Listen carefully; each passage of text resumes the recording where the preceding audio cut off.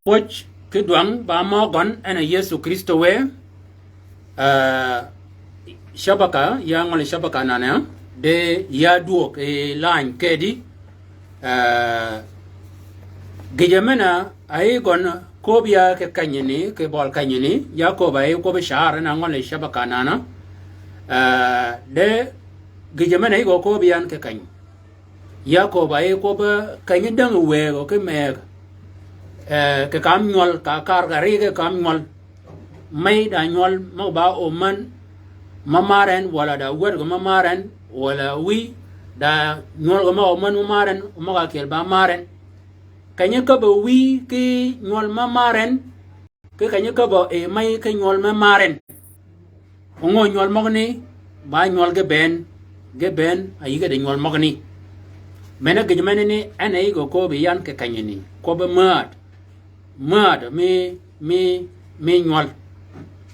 mad me nyol ani go ko biya ke kanyi kushan nyaari mena maro yinanan wala wuadi mena mari yinanan nyaari mena mari nan wala wuadi mena mari nan bango anudo ayudo yin ke nga igon atoge i nyimen maka kiel dagi pen manut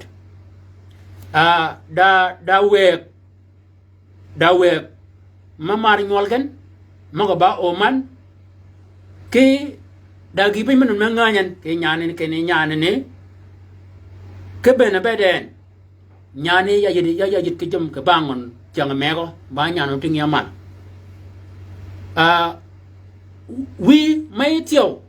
o chugo beda wada kel werga mamaren kayo den ke ne wanani bana wano dugmek yo tinga mal ka ben ay ko ba ma ta menini ma da mi we ke me ka dang gan kom nyol ke e yu wan me chak ayo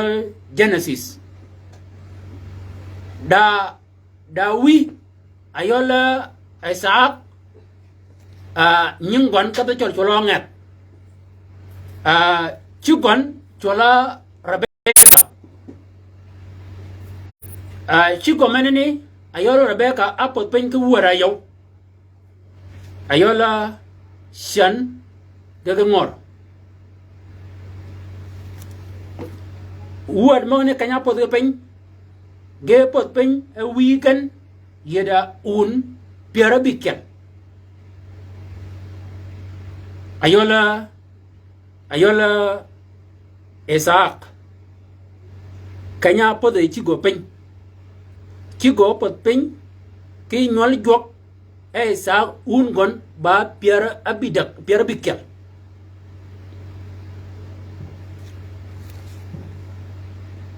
word mo ni kana yo ngani ni amara nyale ba shan na maren o wi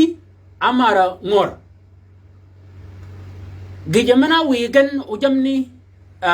o murder mi gan gijamana wi murder mi gan ke eji wan me ta kwini kanyini piare o dabit kwan mo nyatan piare o dabit ba kene e nyala chola ngor amare wi gon ba kene bete gon bete jalni bedunget ena nen ke e word gon menini ba jal gok chingo tego ke gok ke bakene onget abere ba dan ma chingo tego ke gok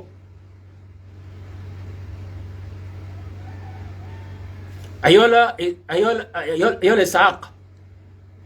abere ba dan ma chingo tego ke gok kanya yurgo ke nyala chola ngor menene abere bada matego ke gok gije menene wi kon a beren ci ga mujen ke yinglay ana ko gan fa habba isaq iso lana fi famihi sayb bada no manyi luong ka be yap ke cham mi wi go bal kay ni bada mo nga dong alidi ke ay alidi kay ni jal ni jala bere te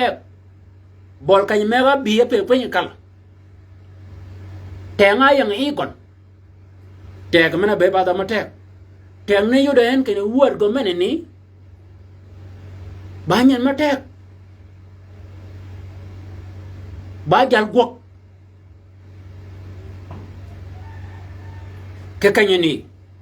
menene ke ber nyol ba kene wuji ma ga pon a pon ke nyol ji ma ga pon ke nyol ma ne bare ponyo kene wi wala mai yi wo da en ka maro de da gi pin ma da go go yi bare bere da gi ma bogin meno kel o pit ma do ke pi wi ke mai ke pe ke ni margan ko lo yi ba nya de go wala yi ba jal go ka yuro yin kene ai ja go gogin nya wadi tiag budi nyanyari tiag budi ango nyolo go ni gijmena bi mal bango gijmena bi mal ke piyowi ba ma tan bi mal yeso kan ke gach kene da jal me me yidi wara yow e ka de nyel dong e ka nyel dong ko be kene yin wara ka ba gogin ka nyel no kir ke bakat wi go ko ben ke bakat e ka wi go menene aka nyela kiela war nyatin ken wara kat ba ka ba gogin e ka wor go menene ko ken do wi ya kat yo kat ya ja kat ba gogi e ke chan e nyela kat ba gog ba nyela banyatin kene ginbar wi gon ba kede ba gog ana i gon adu gi go pin a ko kene a pango ko bo wi ko naw a kaden ba gog gina ko be wi gon yo nyela ko ke gina go gogen onure kat nyel togi tarikh meneni ke kanyini ma da man nyi bi mal ke pe we go ke me ke nyol gen gi jamana nyi ke lo ma da meneni ba bang jama gogo e nyol dwadin wal dwadin wuji ma onur gay dan man gogi gini nyi dwadin wal dwadin piyowi cha ben mal ke kon kene ciga marin ngane ne ayol Rebecca akwa nyala ba shana na maren kaba gane ngane yebong nyago ma nyandaj onyala ciga burgan a ciga bur tukul gon a ceng ayang kai tal ke gon anye nenge pi anye ora ciak anye yeor ba shan menene leduen wi jalni ungon ba piara bi kel o jalni ape pen gwada mujo ke pi gwada mujo ke kicham gwada da jam gi mu da guok o en ye bong nya go ma ba nyam dach o e kal woro mo gana nyala kel khani nyala kel kene piu go na ke kun mai gon kene mai go ba we pe go ma go mai o ket mai ba chu ba na kal pi na go gadi piu go ke kun mai go ngo mai go khanyen lit mai mani ne ngo go gan ba kene nya woni ni apunyo en katal nya woni ni adu de katal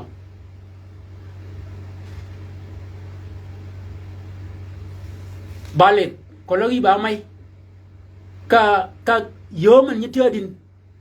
mana di word man ma nyala jam ka gichamene ka mulmene go talen ka mujayin ka yoro yin kene mana ni me ka ni tado yin word man ni mulmene talen ngo bi mali ango bi mali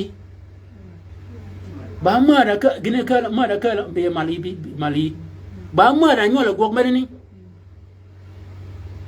chiga marin kono da jamu no ponyen chiga kobin kene ka gni go ne ka gni go ne gni go ne kono da gni ma gni no go gien kono da gni ma me no gna le chiga go gin piwe cha o kon kene gni ne ponyen ali dikay mego ke we ma mar nyol ke yed ma amar ga nyol gen dagi pen manut mai go kelo gini o menene ba wuro ke ber wego ke mek kene nyolwun maga ba maru wonan gije mena jogo ke ba maro wun ke ba kene bon gi ma gogen jamma ka duka gog ade gog nyi go ba gogen ana de ade wurma nyi ko kene ma ko bo ko nyo man kene ko lo yi nganya yi berane yi ya ngi nutin wurma nyi lu wur cholla ka kanyene wuji ma ko ponye ke orjok wuji ma ko ponye ke orjok ke kanyene ni mena abamaro e maigon abamaro e wigon bado ponya ke ko bakane mad nyenyola go mad nyenyola bet mad nyenyola linkop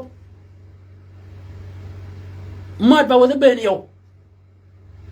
mad ban wada chob yow ma dagi pin mena pidi mena adurimal dagi pin manut kolo yi ka yeki moriat ka kim ka yi pinyen ka yoro yin kene jama pingo yi ben jama ramori ka yi gwere yen ka yen mo ne ka lo yin ka ga madin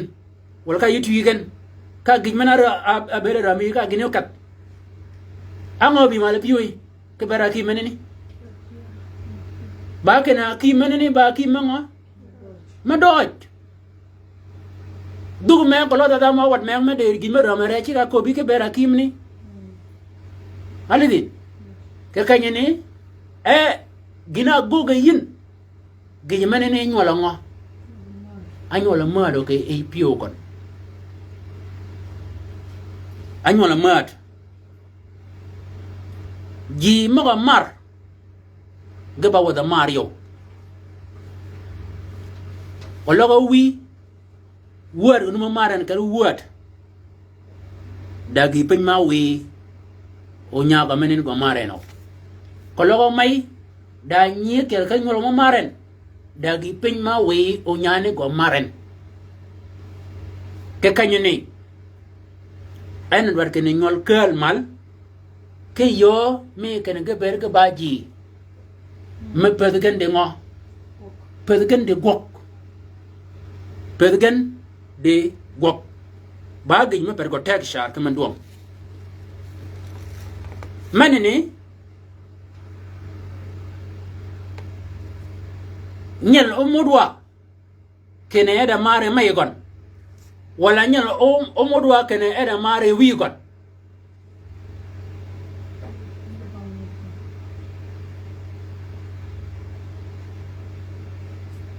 mamuan mi gan ke la ngo akela gogen ba gina nyolo e ngo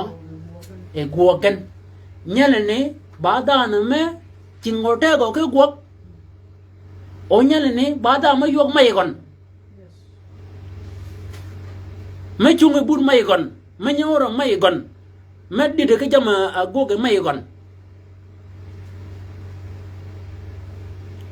da wur men no do ke utu na tiyo ba jama nyi nyolo e mat meneni woka ba woko ba kereken ke utu akia mada meneni ka kujiro moyin ko lo yina ba mai wala yina ba wi ke banga bere ken nyaare meneni ogogo gin wadin wala wode meneni ogogo gin wadin ango nyinyola e gwongni giji meneni ene go ko ba ke bol utunga kiya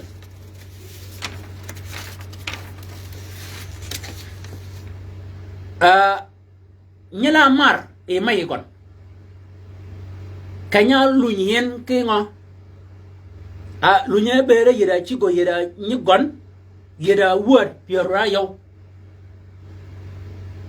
ayol shan yira ay de ke word piora yo ke kala word piora yo magani yira nyala kella ke kala word ko magani nyel ma nying tolo met ka do chol ayol Yusuf omet Yusuf ka do chol ena tolo met omet amare wi gon ke kala nyimen ben gije mena wi o maro wi gon dagi pen ke ba kan wa ko ba kay ne ke wi tung jama wi awi yin o nyaari marin jama wi o mio mare boli jama wi nyimio mare boli yede ba marin ayora nyimio mar ayora mio mar yide ngo wi cha gen mai cha gen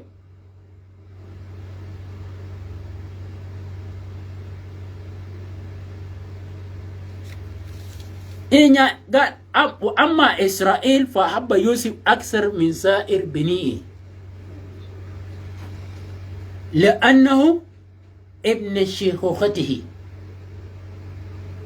من ما قد من مال اي باي نانيلا نولين انم دون يكايني بيتغون اي با وات منا نولين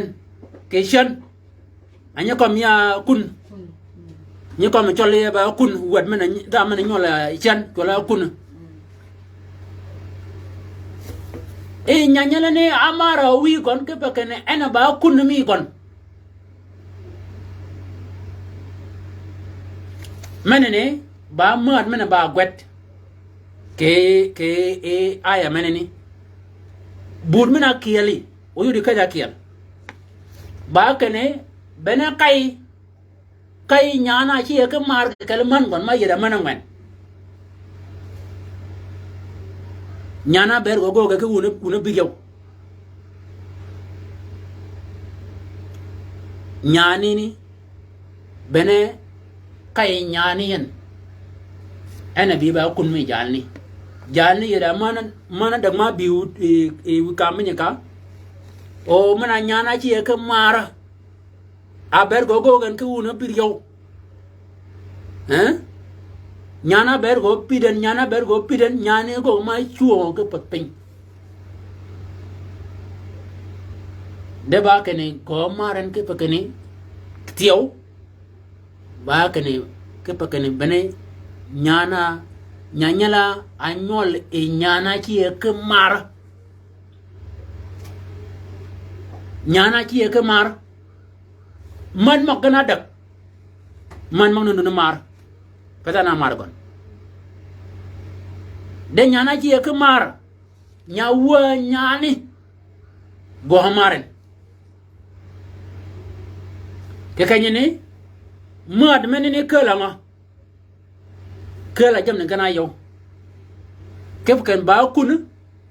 ke ba kan ba kai mi nyana maren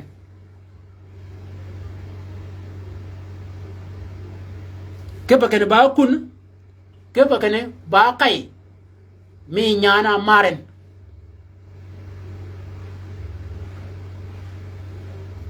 pada kun mi mai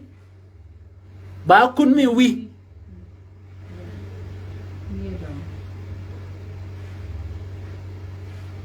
pada kun mi mai de ba kun mi wi ke pa ken wi ana nyol wat menene e dong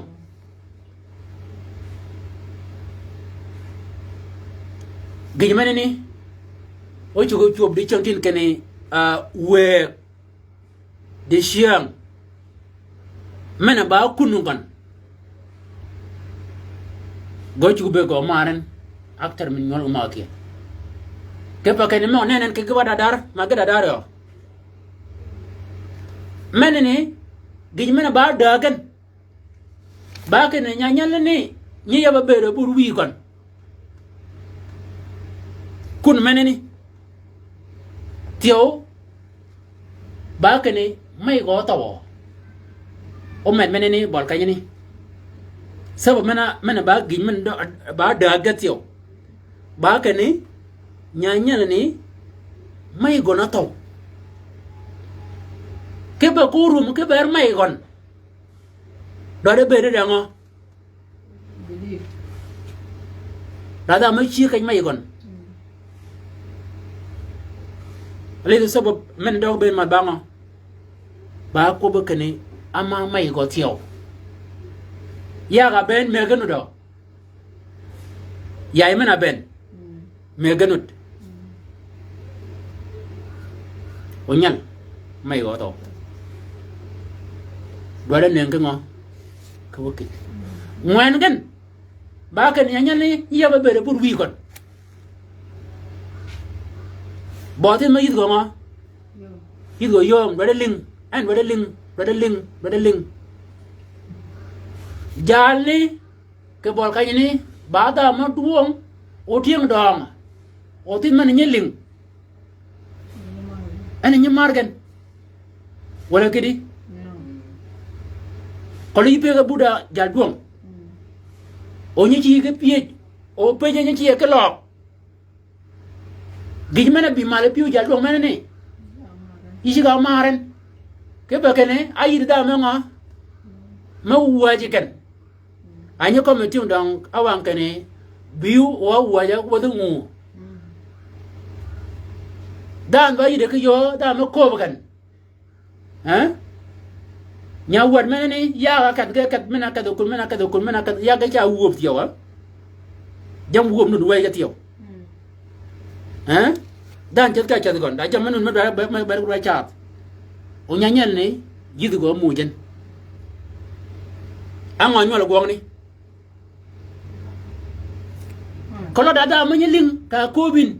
bà ngon lên với bà cô cả tàu ô nó đi pia kia đi cáo mà một cái lùa bọ cáo một cái lùa ý chỉ cả đó cái lùa bọ ý chỉ cả đó cái pia cái mẹ ô pe chỉ mong này we yinu yu luop ka market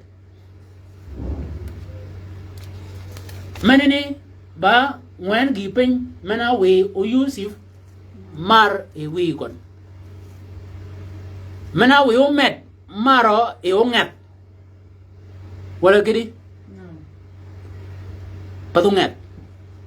o ngat ba kwai kon o met ba wa chan o chan wi gona chola o ngat menene ba ngwan gi ngo ngwan gi pin gi menene ayu dian ke tieng dong be tieng dong mo chol jal mek ma ba sevir akale jok Michael Aban ba jal wow wo be da kala gon kanya nya ga len wuri nyang ko lo yi nu de mal kala wang ni kanya nya ga len wuri nyang wo bi me wo yi nga de ngar shup ka waka gani wo ka madriya jani ka bol kay ne be ba dan ma yede law yeda kal wo ka da wo be da wo ka gol gol yai ben ka kal ja pam ke ji ye shi de len jani apijan jangakel kene abob mena chola bom nyakam abo mena chola bom nyikang ada bo ba chola aba bom nyikang o abo meneni abere nun kanga be nyikang nu nyol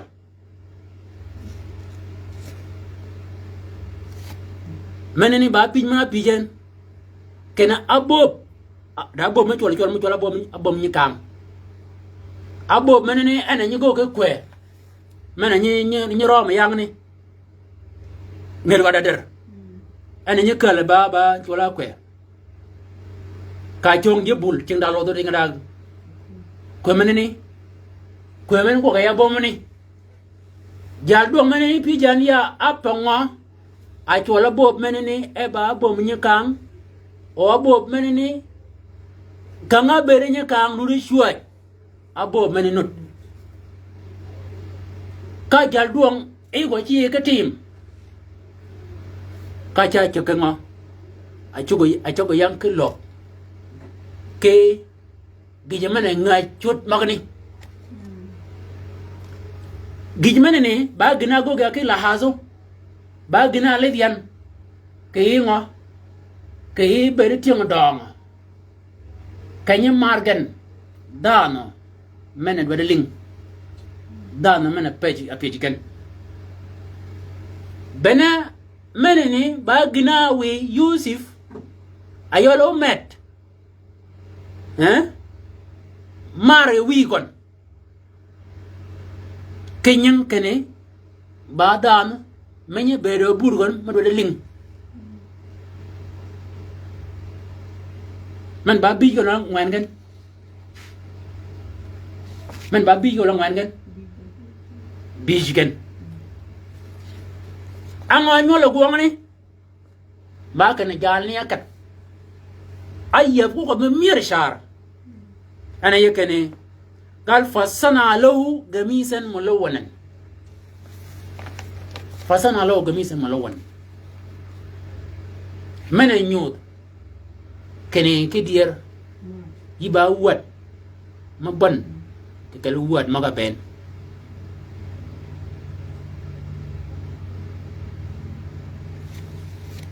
ككانيني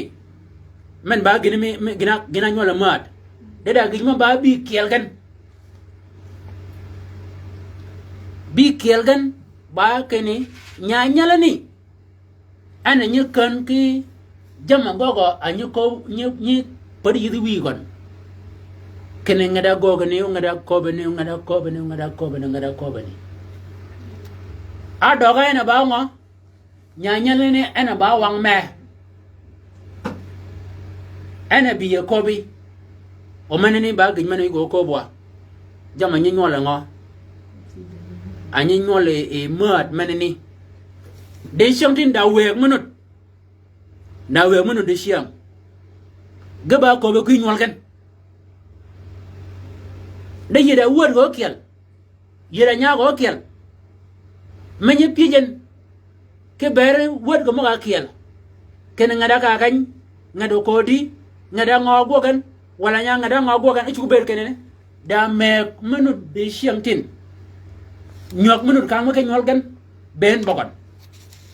dana ker nyol gon mena konyen ke nyol gon agogo ba ngadi yet pimi gon ana pinyen angwa chubatin ka ben ker kay gok ngada shiam ngada guanga ngada ke kanyeni kenyang mat kenyang ga ber kan dan meneni go kay wa me dan meni go gadi ago ba dan mene ago ni men ma kier kera go nenegin ango nyola go ni ko lawa yi ko be telephone wa ko yi ko be telephone ka yi ma ga sa yi ko telephone ka be ne widin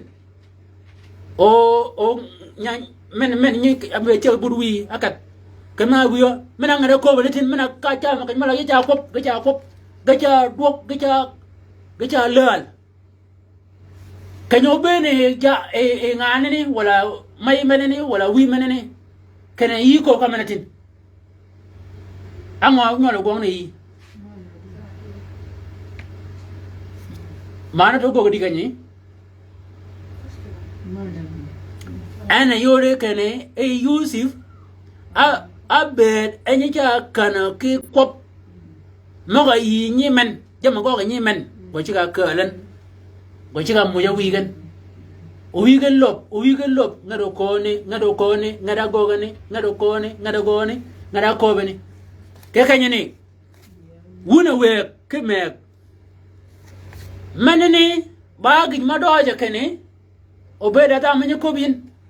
de shunga ko mongni ke ba ko mongni o chuga da mena ko ma yina ni kan ni muji ke ko mongni muji ko mongni da ngen ke nyemen ko mongni o kala mana ka ngi nyemen ke ba ngani wo kene yi tokotin da mena amana kal ko ba nganu lokatin ka ko bi ta kutiyo ka ko bi ya kutiyo jo ko ja ngan kan waj ngana ko bi ngana go di chakut odi waj wa ngan kene kom ni ben ga woji di duye wal yi di me anga ngol go ngani menene ba gi jakel e kala jam ko lo ba mai ko lo ba wi nyari wala nya wode ko nya yina ba yid pen mi mena ko ber nyi men kada yi wode meneni piye yisham jamane no yin ken bade dari yot kanam kode dor ma gero yin kam ko wade kode dor ma gero yin kam ko nyari o ko da ma tibi kamu ko wode meneni o nyari meneni kena enanga ena nyigi budi ena nyudi ko en ko mangane ena kal ko mni ke mena kan ka waye ko bitama nyole e mod menini e mena nyaga mis mena anga o jani e alunyo ka lu vejrem karang gimana kakak di boleh ko berang kaini bahkan gamis menene o kak o ludurem ngaiwa kalau ko gipen o ka ludi irem ko to kera mene keregon kado luogi to erem keregon angwa nyualen embio gini yang ko ya ne ke mena ko ni zato barwa we women nyana kiel o ko ni da na akedi o ko mena nen wada ni go anyi yani kwa ku yo ko de chol kene la taghizuhum yigo makhazu wal ni ko de chol alare o ko alare o ko mena barwa do nen yang ni nyan ke po ko mena ni pedagan ke ngada mana mi kan ngana man gan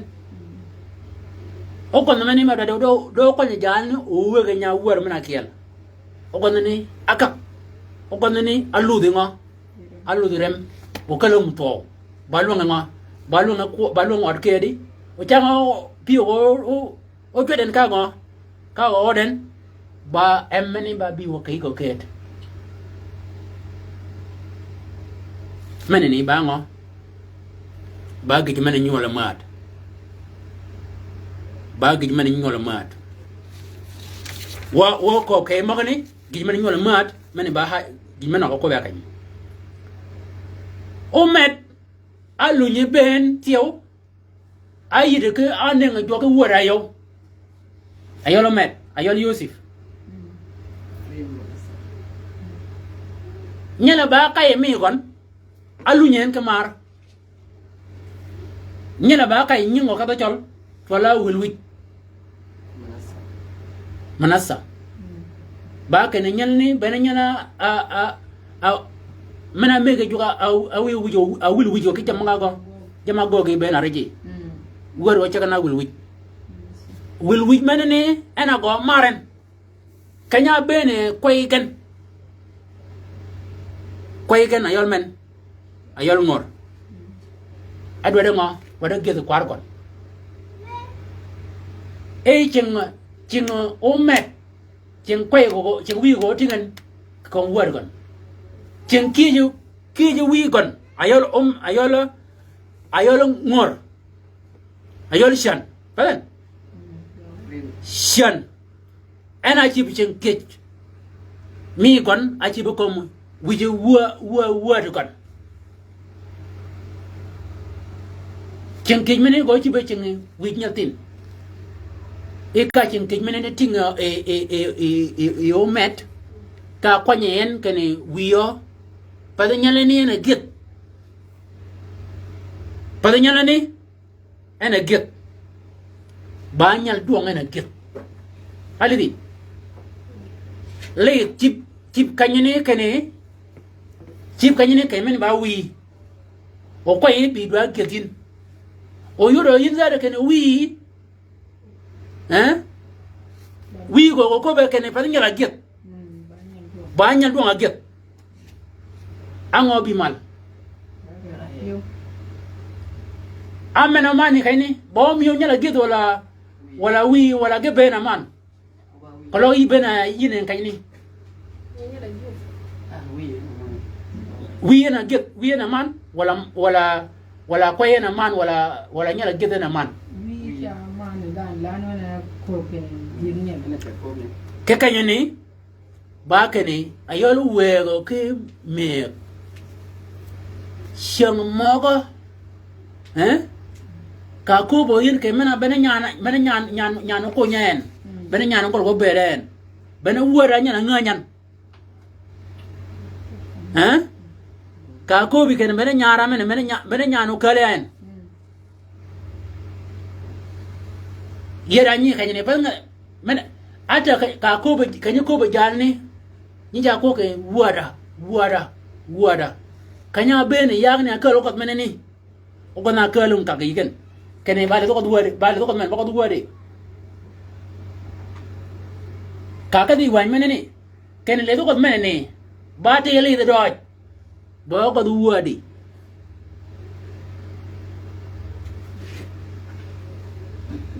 del isim shino al es jamani ko bwa jamani nyola ngo e mat menini an jamno no romo ye ke kanyeni ba kene kologi ba wi kologi ba mai de da git ma chulo yi jok ma git ge banyep ki sien wala kiti ge ya pa ya kian git ge sien ya pa ya kian git ge sien ge pa ya kian Regina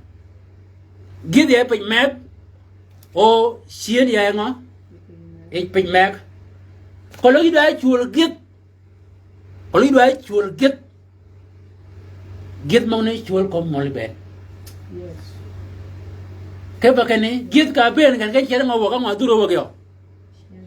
shena duro wo kologi chul git ko nyoli git mo ni shena duro wo ke pa jama git mo ka chul yini jok ba jama do ji so ka chul ko mol ben apa la gen ka ba gen yo yi ango nyol ko ni gole git gole ago ma git ke kanyeni gijimena ko bayin ida meno ke lan kanyeni pergo tek shar ke mandom kene kolo yu ko jo ke jok ayi chola git ko ngoli ben a changa mena nena yino yu tek aneno yino ko jamarji chola git ko mo kan ke ba git mo ngene geno kwany kanyo yu ka ke be kan jamsien o be mon kajigan ke ba kene git mo gi ga cha ben me jiak o chika ma ga git mo gi ke kayene isala men not ba kene git chul kom nga nol ben bong da ma logo keno git ba gi nyu per ko tek shar logo gin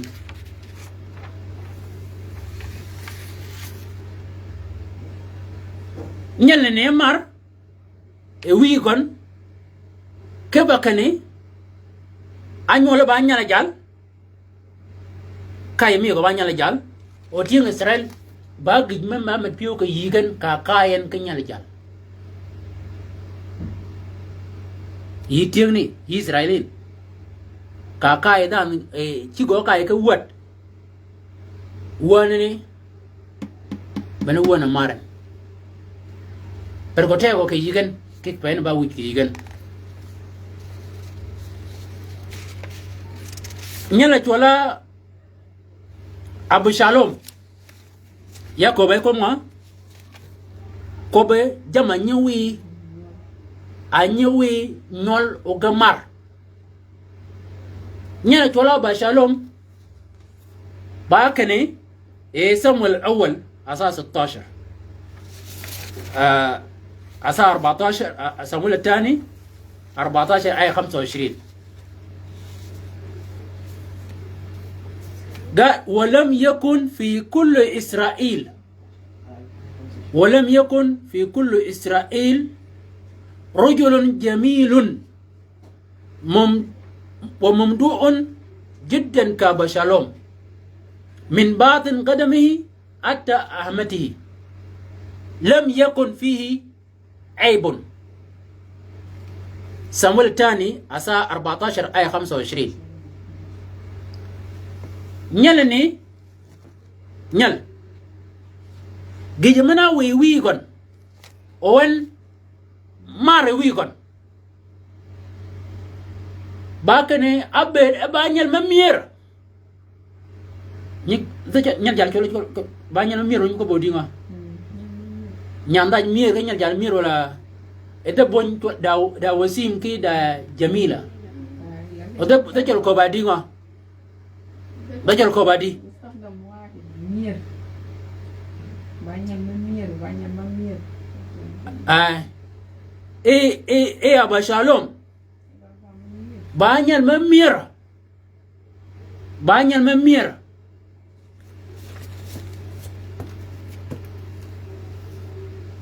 ki de jol banyak memir ma perken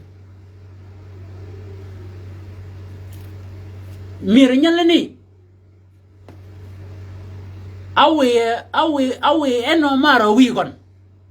ke bakane wi gon kanya beren ab bere banyen memir diyan wi ayole Daud kakado yin ke wanya Samuel al-awwal asas 16 آية 12 داود بدا منا يعني قال أشغر بان رجال وحسنة المنظر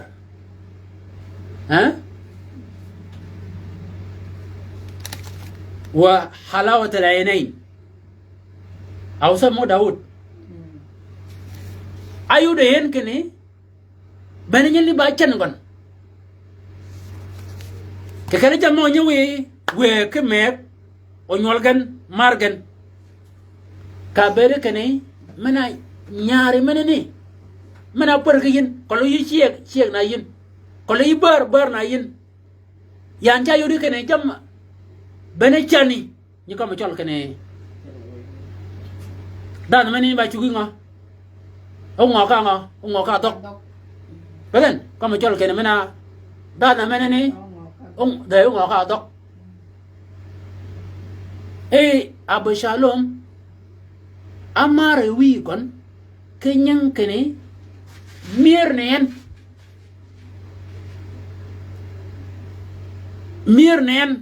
ke kala oman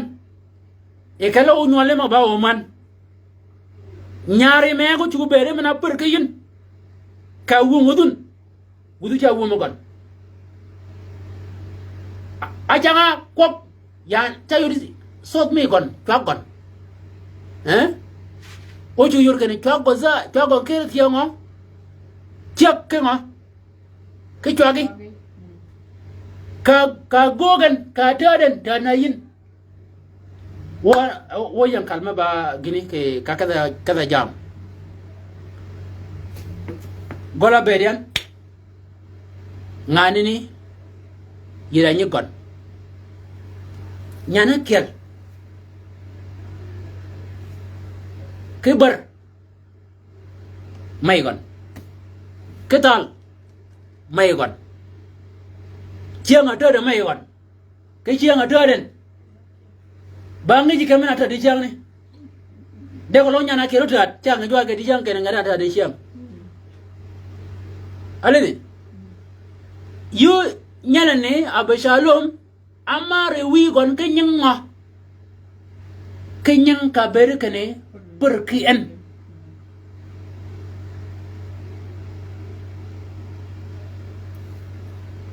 wuna we keme murder menene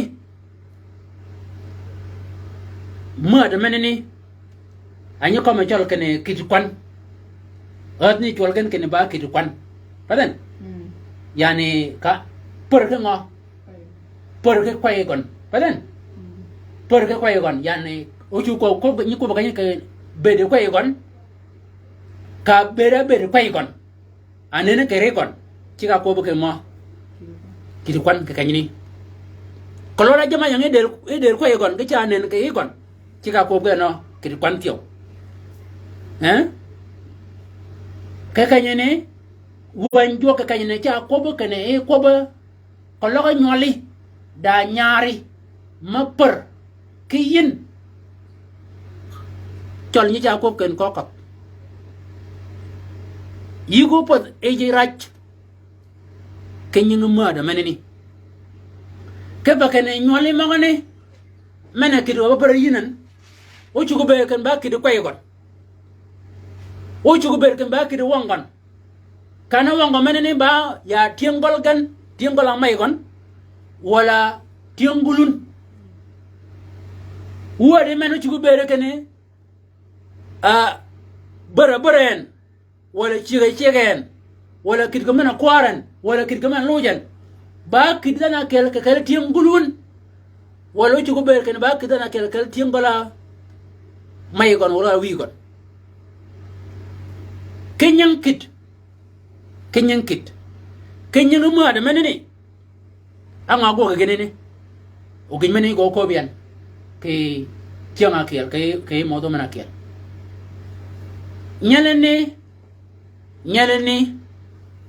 nyala maren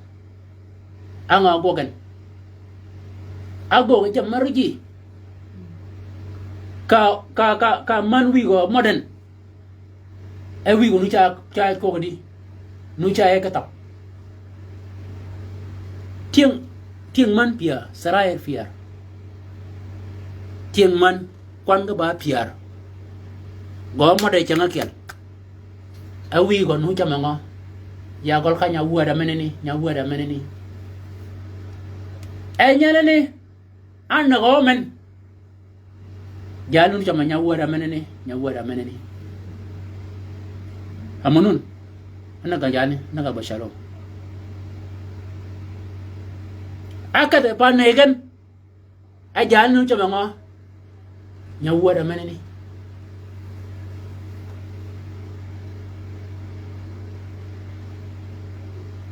jangan makin yang kini nyari mana ni omarin kenyang kini oma periin dana mana ni uju gua jam maranya padanya men maka kiala kayin kayukut kut mana kudin ongo tata mako aja kalinya men ongo tata mako gin maraya kalinya men ango chuba bor kanyini wugi kon wuci ga man ben wugu kon wuna yow ca bera wuna yow man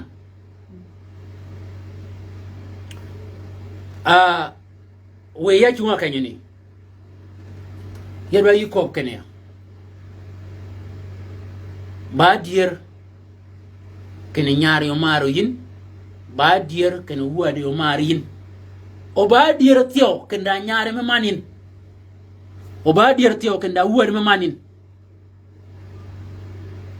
yina yoro wuad yi ngan wo tio kan yu maro wi o yi ne ngan yi ne yo wad yu yi ngan wo kan mena do mi ma man wi mush de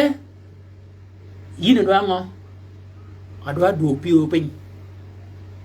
kene ango son akia ke go ka choge ba maro wi ango chon na nyikia ke go ka choge ba maro maya oda na mena maren apa ngo mari manini ba gid ma ber ko tek shar manini ba de shotin de mani go ko biya kanyini wutu manini uti ga utu ngakiel de do ko kane uji monu kan ni chiam wood manini ka nywaga ko wun ka kanyini ba yo ke pakani o ugu pa de gid manini ba yo ke pakan dana mego kali wadun ko pa de gid manini ba yo ke pakan nyol mo ko kol mal ke yo ma ba dir ke bakane ke goy mad manini ke goy mad manini nyala lenga bir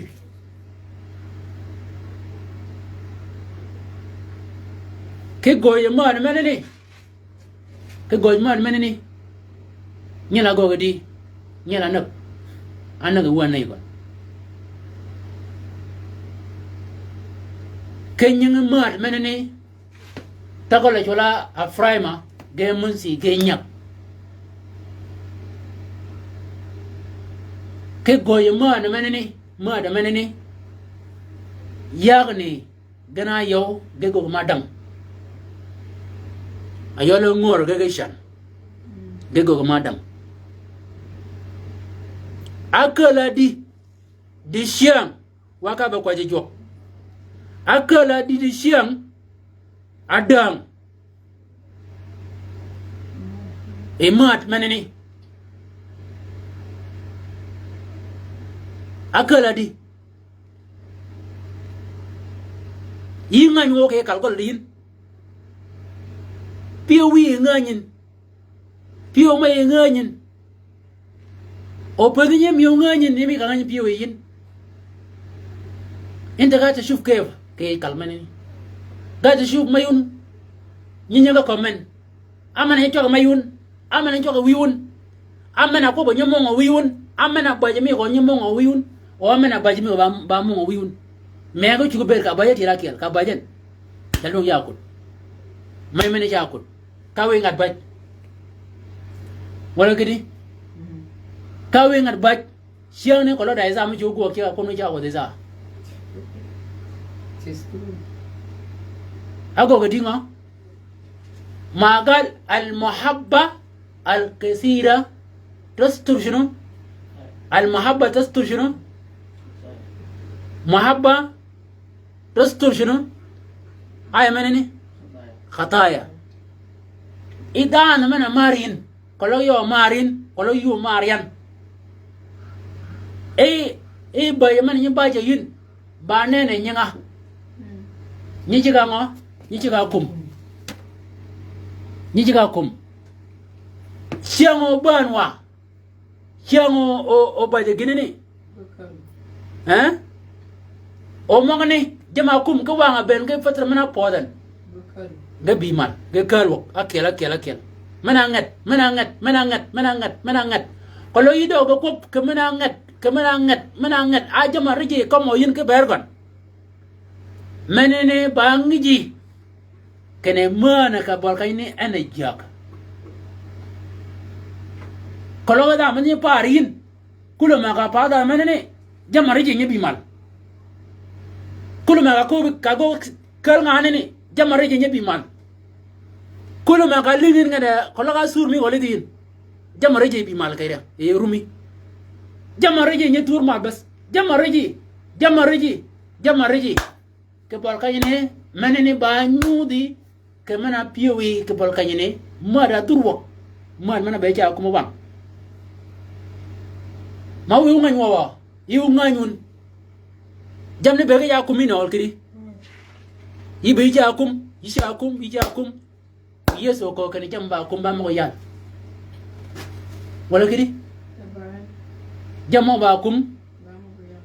ke kanyene ba kan ta mena maro yin orok me go kumin da mena marin orok mena bajan ko kumin ke ba kene kum manene ba go kan ga go no mad mene ba mad me anak ba mad me jok pada mad me jok aku murok mad me jok ba ken ngada rok ka umben kunen ni je ga ko kan yu chondo kedi wala gedi kan rok me mene ne ngo ala nya de siang de mad yani gal go ngada ne go ga satoro mos ba kumian wala gedi wala kedi so ka beri cha kum ki jam go ngana reji jam go ga reji ki cha kumin ai cha kum da chang munu bi yesu ko kan jam mo ba kum ba mo yal jam mo ba kan ba mo yal kanyu dongut kanyu piedun mana do we man do we ginu de siyasinan jima ba yang miri kaber ke bahisi bakiat bonda mo ko ke ber ngana kiat ciamo dengan jam mo be ba kan ngada gogane ngadwa cum nyene ni changa america jo go america daman dwa cum ba jak ka tarikh mi go doy ango jam doy ba jam ngo jama be ba kum o ga ke amen ngo ga ke ngana ngo ngana mana kan so kad aliyat ma fahas mi damir mi oli do ngana ma amanin yoman nyin ko be ke ber kon yoman rumin ke ber kon ko ba kom no yin ke ber kon gana ba nyudi gana nyudin piwe ki tu ngani ko logo yodo yin ke bol kanyini bene mol kany goge di apeni jo ke be yang ne ga ko ben ga e jalla ga bi kanya le ke yose minu law ga ja ko be di e jalla ga bi de jiang wo yodu wa kan la ko mo go ga di mo anga bargan lagon anga bargan jam nyi go ga reji ke bonga lanu dama daman خلينا نصلي ya ku jo wanga ponyi jo kay ko mogane nimi ka berke ni mo tamar manini ko ka osra manini ba jamonu rekal and then e nganyin piwe nganyin ata yin kenye miyo yu nganyu kenye miyo ata nye miyo numba kuwa ko ba kanasa gege mana chogi ba ko kenye miyo sa wala o miyo manini dagi pun manut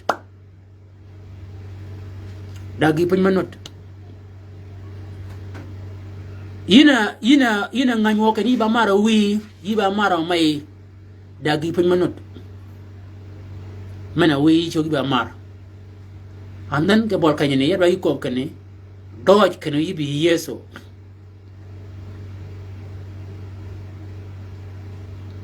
kalau ka badin data manganyin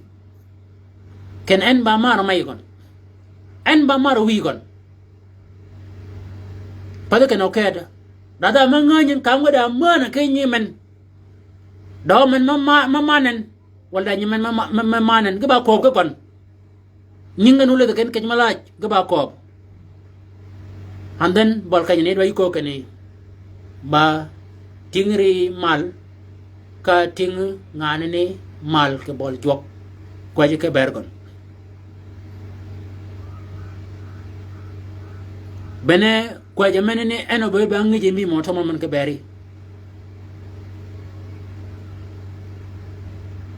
خلينا نرفع أصوات ما بين كده با كواجو يكيل مع بعض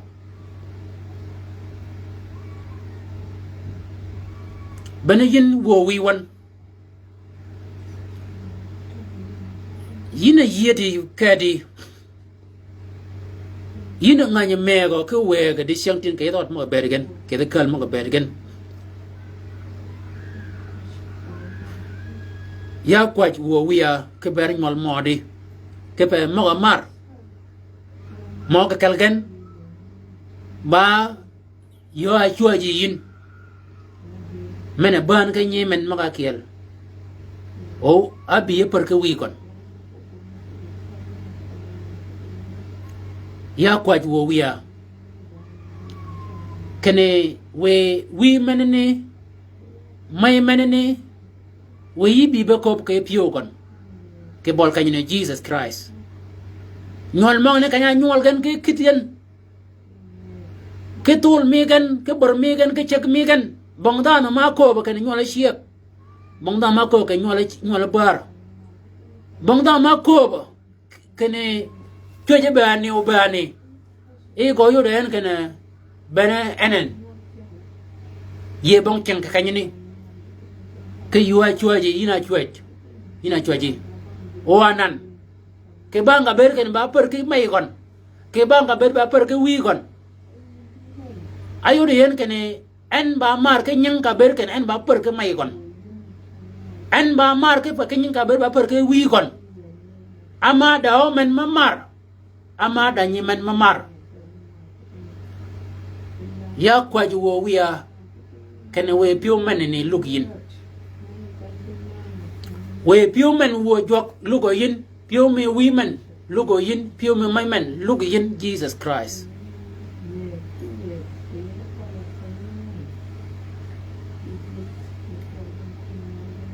da nyol mata buru we ke di siang kenyang ma no menene kenyang ma do menene anyola man ke pedgen de go ma dut ke de kal amma yuro en kan gol ne pada kalma chugo bedo ay kon kalmene ni ba mi ngat ngade ni chugo bedo kal kanyini ke pa ngade na mar nyang ngade na mar ayuro en kan en ba mar mai kon wal ba mar wi kon mai kon ata ma maren de gina kwanyen ba ka ngo cha duot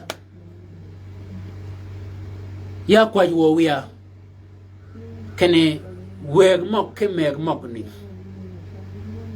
we kenyu do yin kene nyol gen mo to ko burge di siam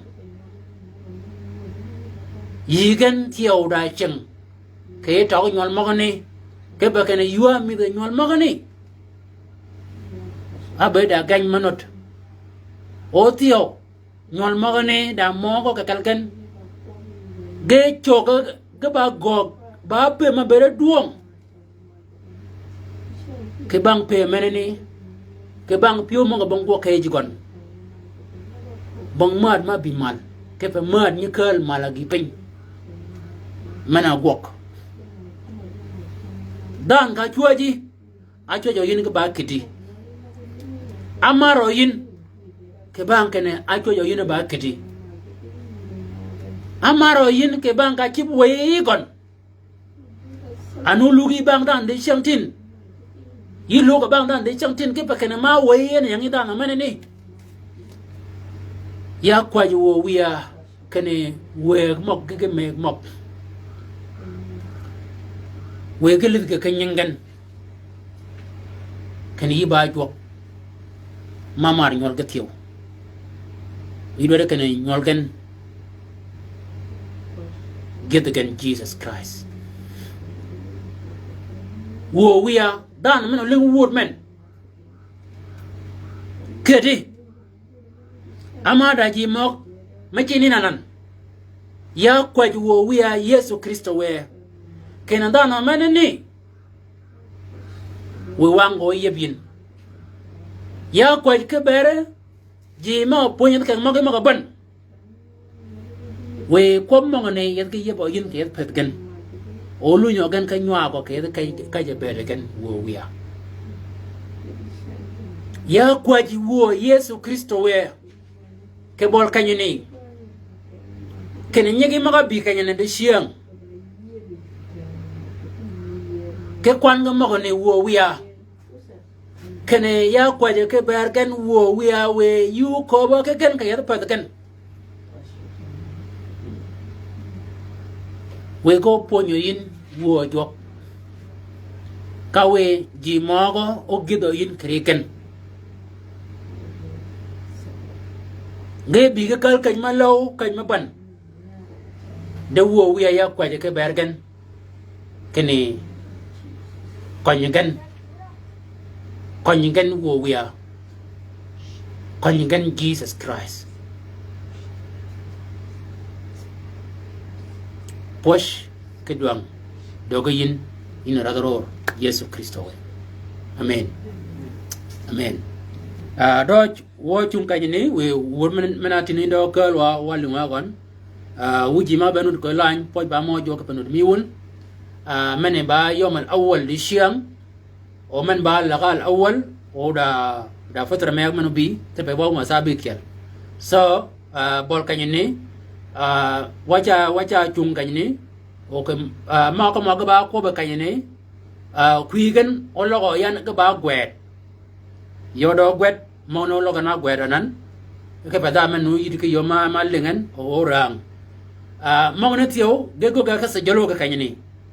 gaba man dogo ga ke go gan go wane WhatsApp yidi word man tiyo ba man lu wane WhatsApp tiyo go montage go wandi so ida forsa me kene irang ida forsa kan yiling ke bakane wan jota ko bakane ke bakane ko da ma ko ke nuri yidi ke yo malingan wo chung kan de we worwa lungwa ben ke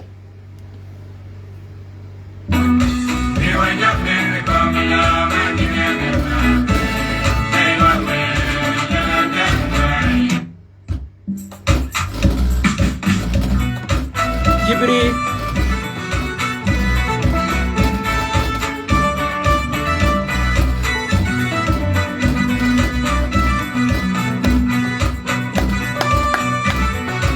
War man wa ben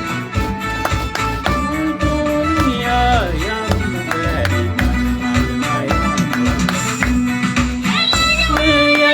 madama ya jwal ganya ya jwal ya rumagwa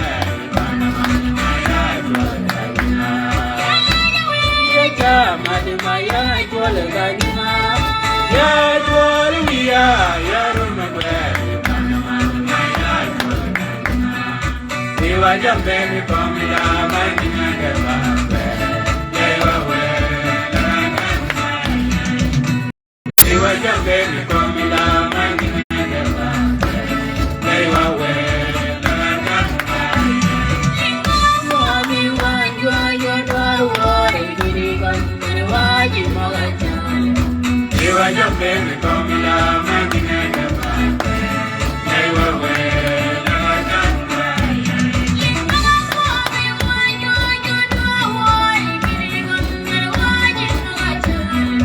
Iwa jambe mi komila manina gaba Iwa we Ko penyu anana watwa komila bangana watwa Iwa jambe mi komila manina gaba Iwa we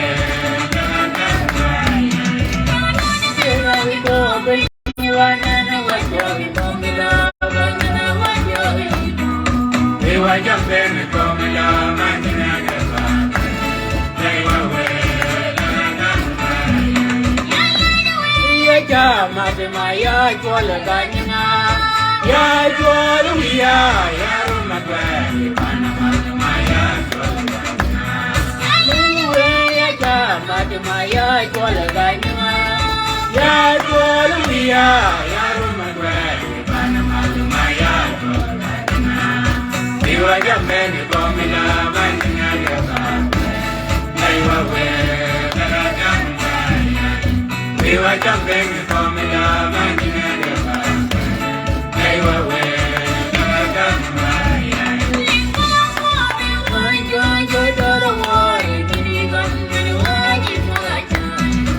Iwa jambe mi komila